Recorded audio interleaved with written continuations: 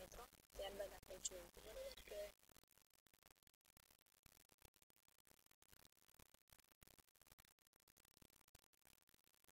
નદી પાર કરવાની હતી બરોબર, એક કાંઠાથી બીજા કાંઠા સુધી, અને દોરડું બાંધી એના ખીલા અથવા તો નેક બરોબર સાથે મજબૂત બાંધેલું હતું, અને થોડી ગભરાતી હતી. મેં વિચારવાનું કે ચાલુ કર્યું કે જો દોરડું નીકળી જાય તો શું થશે. હું નદીની પહોળાઈનો અંદાજો લગાવવા પ્રયત્ન કરતી હતી બરોબર.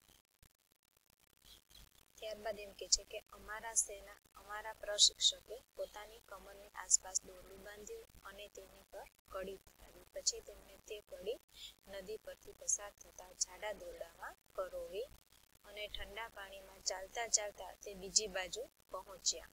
ઝડપથી વહેતી નદીમાં જવા કોઈ તૈયાર હતું નહીં બરોબર. કોણ એવી સાહસ કરી શકે? બીક તો લાગે ને મિત્રો. દરેક જણ એકબીજાને પહેલા મોકલવા ધક્કા મારતા હતા બરોબર. જ્યાં આપણને બીક લાગે અને બધાને ફરજિયાત જવાનું હોય તો શું કહીએ કે તું જા એવું આપણે કરીએ બરોબર. તો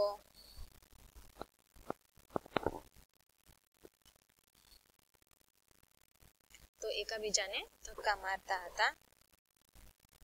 દરેક જણ એકબીજાને પહેલા મોકલવા ધક્કા મારતા હતા. તે હારમાં હું છેલ્લે ઊભી હતી, એ આશાએ કે મને કોઈ જોશે નહીં. અમારા પ્રશિક્ષક હાથમાં કડી અને દોરડું લઈ મારી પાસે આવ્યા. હવે મને લાગ્યું કે છટકાશે નહીં, અને હું તૈયાર થઈ ગઈ બરાબર. એમ કે હું સૌથી છેલ્લે ઊભી રહી કે જેથી કરીને મને કોઈ જોઈ શકે નહીં. પણ એમના જે પ્રશિક્ષક હતા એ ક્યાં આવ્યા? એની પાસે આવ્યા. અને પછી એને વિચાર આવે છે કે હવે હું છટકી શકીશ નહીં. તેમણે મોટેથી કહ્યું, સંગીતા મેડમ માટે 3 હર્ષનાદ. અને મને ખબર પડે તે પહેલા કોઈએ મને ધીમેથી પાણીમાં ધક્કો માર્યો. મને મારા પગ થીજી ગયા હોય એવો અનુભવ થયો. આમ કેમ આમ ઠંડીના થીજી જાય બરોબર. હું ધ્રુજવા લાગી એનો અનુભવ કહે છે. મારા દાંત જકડાઈ ગયા. મેં દોરડું પકડ્યું અને મક્કમતાથી મારા પગ નદીના તટ પર મૂક્યા. જેવું પાણીમાં ચાલવાનું ચાલુ કર્યું કે નદી ઊંડી થતી હતી, અને ધીમી ધીમી પાણી મારા ગળા સુધી પહોંચી ગયું. નદીની વચ્ચે મારું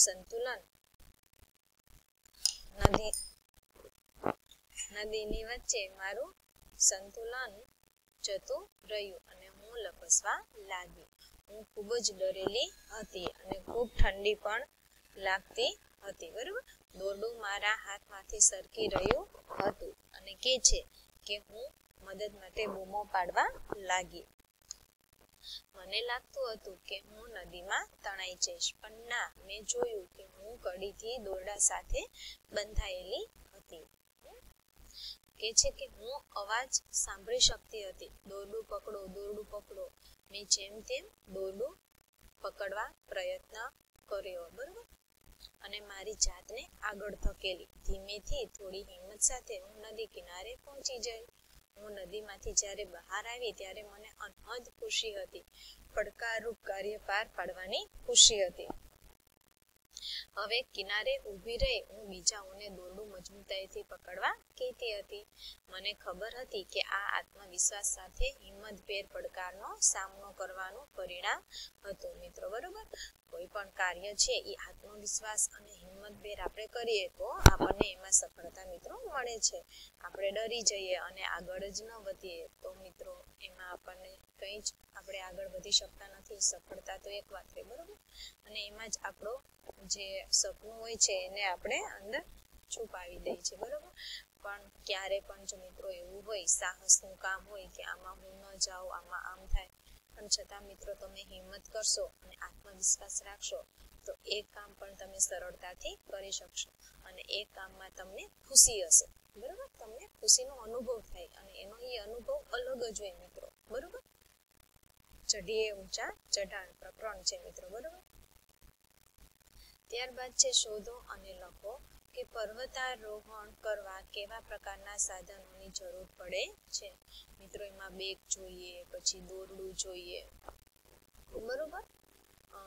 ત્યારબાદ એ લોકોને ઓક્સિજન ઉપર કાર્ય કરતા હોય તો એ પણ એની બોટલો રાખવી પડે. પછી ટ્રીટમેન્ટ ક્યાંય વાગ્યું કર્યું આ તે એનું બોક્સ પણ એ લોકોને સાથે રાખવું પડે છે બરોબર. પછી ફૂડ પેકેટની જરૂર પડે, નાસ્તો તો કરવો જોઈએ ને, તો ફૂડ પેકેટની પણ જરૂર પડે છે, પાણીની બોટલ હોય, ઘણા બધા આવા સાધનોની લોકોને જરૂર પડે છે મિત્રો, બરોબર. દોરડું હોય છે, ખીલા, એ પ્રકારના ખીલા મેક કહીએ, બરોબર, એ પણ એમને રાખવા પડે છે. તમે ક્યારેય કડી અને દોરડું બીજા કોઈ કાર્ય માટે ઉપયોગ થતું જોયું છે? ક્યાં? બરોબર. હા, કદાચ કોઈક નાની એવી નદી હોય, ઓળંગું હોય, એના માટે દોરડાનો ઉપયોગ થાય છે મિત્રો, બરોબર. ત્યારબાદ કુવામાંથી પાણી ખેંચવા માટે પણ આપણે શું કરીએ છીએ? દોરડાનો ઉપયોગ કરીએ છીએ, બરોબર. કોઈને બચાવવા માટે, બરોબર, કોઈ નદીમાં ડૂબી ગયું હોય તો દોરડાની મદદથી આપણે એને બચાવી શકીએ છીએ, ત્યારે દોરડું અને કડીનો ઉપયોગ થાય છે મિત્રો, બરોબર. જો તમારે પર્વત પરની નદી પાર કરવી હોય તો તમે બીજા કયા ઉપાયો કરી શકો, બરોબર. પર્વત પરની જે નદી છે એ પાર કરવી હોય મિત્રો, તમે આવી જ રીતે દોરડાને ખીલા વડે આ કિનારાથી ઓલા કિનારે સુધી બાંધી, આ કિનારેથી ઓલા કિનારે સુધી તમે લગાવી ખીલા દ્વારા મેઘ પર, બરોબર, તો તમે નદી પાર કરી શકો છો. શા માટે પર્વતો પર આપણે વધારે શક્તિની જરૂર પડે છે? બરોબર, કેમ કે પર્વતો પર છે રસ્તા કેવા હોય છે મિત્રો? પથરાળ હોય છે, વાંકા હોય, ટૂંકા હોય, અને સાવ નાના નાના પર્વતો હોય, અને એને આપણે ઉપર ચઢવાનું હોય છે મિત્રો, બરોબર. જો આપણી પાસે શક્તિ ન હોય, બરોબર, તો આપણે શું કરીએ? પડી જઈએ, એટલે આપણને એમાં સફળતા મળતી નથી. એટલા માટે શક્તિની મિત્રો જરૂર પડે છે. તમે ક્યારેય બીજા કોઈએ સાહસિક કામ કર્યું હોય એવું સાંભળ્યું છે? કયું? તો કે આપણે ઘણા બધા વિશે સાંભળ્યું છે, બરોબર. પર્વતારોહણ સૌથી માઉન્ટ એવરેસ્ટ સર કરનાર કોણ હતી? પહેલી વ્યક્તિ, બરોબર, મહિલા, તો કે બચેન્દ્રી પાલ, બરોબર. એના વિશે આપણે સાંભળ્યું છે, એનું નામ આપણે સાંભળ્યું છે, બરોબર, બચેન્દ્રી પાલ છે. પછી ક્યારે એવું સાહસિક કામ કોણે કર્યું? તો કે કલ્પના ચાવડા, જે પ્રથમ અંતરિક્ષમાં ગઈ હતી, બરોબર. ચંદ્ર પર પ્રથમ પગ મૂકનાર રાકેશ શર્મા, એના વિશે પણ આપણે સાંભળ્યું છે. તો આ બધા કામ મિત્રો કેવા છે? સાહસિક છે, સાહસ ભરેલા છે, બરોબર. આ કઈ કામ કરવા કઈ સહેલા નથી મિત્રો, ખાલી આપણે બોલીને આપણે કરીએ, પણ જે લોકોને, એ લોકોને કેટલી મહેનત, કેટલી તકલીફ થતી હશે, કેટલું એ લોકોએ સાહસ કર્યું હોય, ત્યારે એ લોકો ત્યાં જઈ શકે છે મિત્રો. ચંદ્ર પર પગ મૂકવો એટલે, ત્યારબાદ અંતરિક્ષમાં જવું એટલે ઘણું બધું સાહસિક કામ છે મિત્રો, બરોબર. તમે ક્યારે કોઈ સાહસિક કામ કર્યું છે?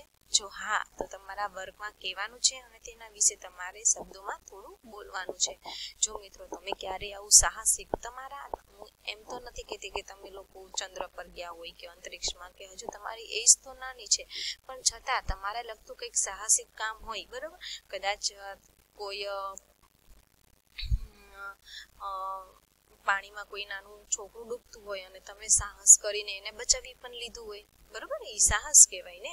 પછી રોડ પર કોઈ બાળક એકલું હોય અને સામેથી વાહન આવતું હોય તો તમે સાહસ કરીને તમે એને બચાવો છો, એ સાહસિક કામ કહેવાય, તમારી એજ પ્રમાણે, બરોબર. તમે 10-12 વર્ષના હોય તો એજ પ્રમાણે તમારું સાહસ ભર્યું કામ કહેવાય. તો તમે ક્યારે આવું સાહસિક કામ કર્યું છે મિત્રો? બરોબર. ક્યારેય તમે ડુંગર પર ચડેલા છો? બરોબર, એ પણ સાહસિક કામ છે, એકલા ચડવું, બરોબર, ડુંગર પર ચડવું એમ.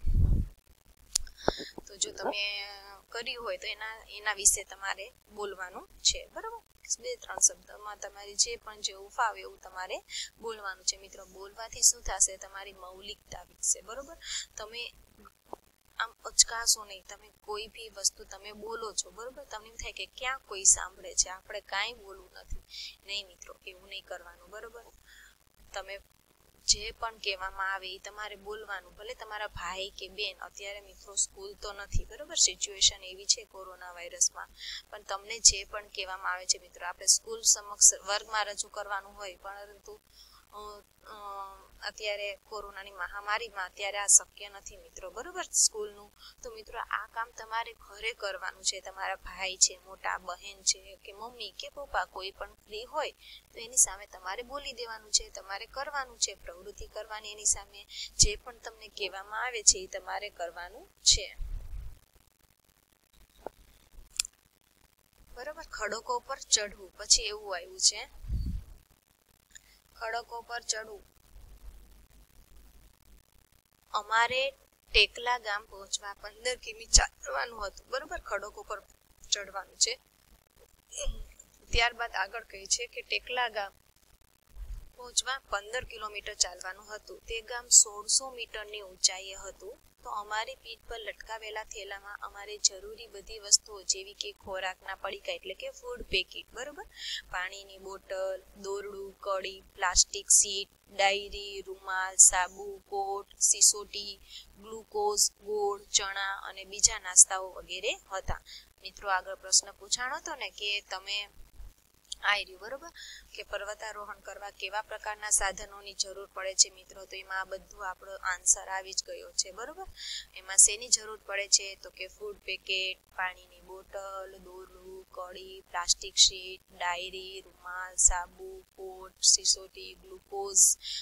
મિત્રો ગ્લુકોઝ કેમ છે ખબર છે મિત્રો, ક્યારે પણ ઉપર જતા હાંફી જાય કે કદાચ શક્તિ ન મળે, બરોબર, તો આ ગ્લુકોઝનું પાણી પીવાથી આપણા શરીરમાં શક્તિ મળે છે. તમને કદાચ ખબર હોય કે તમે તાવ હોય, ઝાડા ઉલટી થઈ ગયા હોય તો તમને શું કરવામાં આવે છે, ગ્લુકોઝના બાટલા ચડાવવામાં આવે છે, બરોબર. ત્યારબાદ છે ગોળ જે શક્તિ આપે, બરોબર, ચણા અને બીજો નાસ્તો વગેરે હોય છે.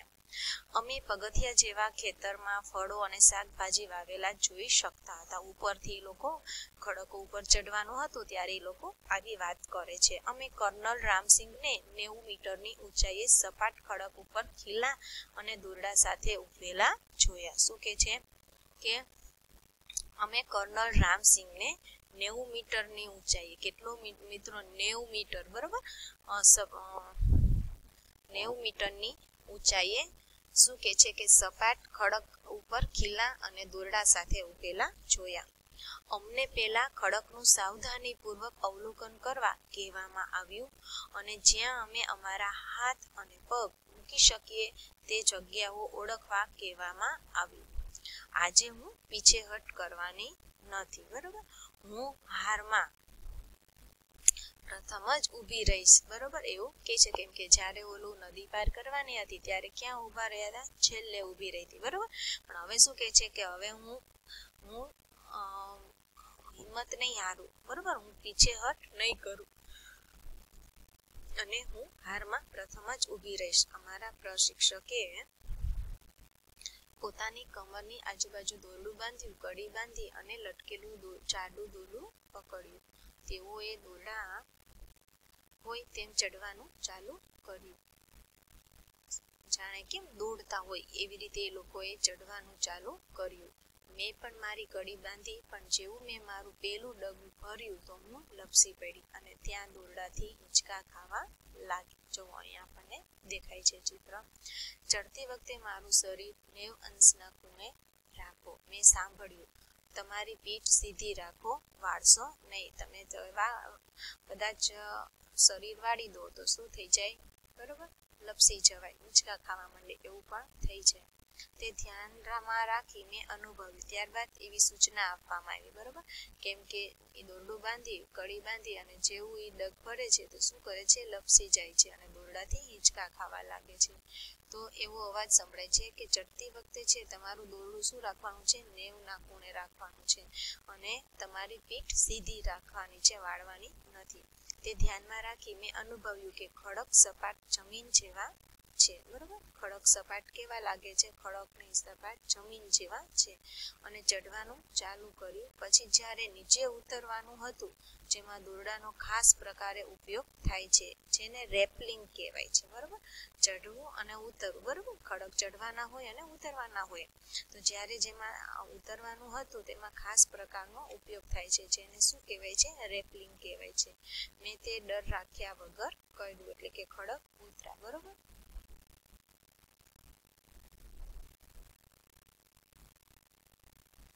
તમે ક્યારે ઝાડ પર ચડ્યા છો મિત્રો? તમને કેવું લાગ્યું, તેનો ડર લાગ્યો? તમે ક્યારે નીચે પડ્યા છો મિત્રો? બરોબર, તમારે ચર્ચા કરવાની છે કે ક્યારે તમે ઝાડ પર ચડ્યા હોય કા નીચે તમે ક્યારેક પડી ગયા હોય, કે ડાયરેક્ટ તો આપણે ચડી ન શકીએ, એકાદ બે વાર તો પડી જ, બરોબર.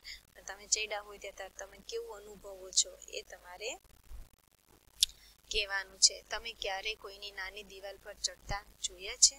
તમારા વિચારે દિવાલ ચડવી અને ખડક ચડવામાં શું તફાવત છે, બરોબર.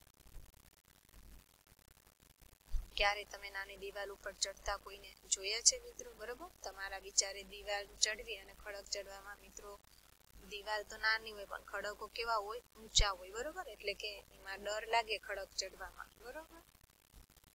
પછી છે એક રમૂજી બનાવ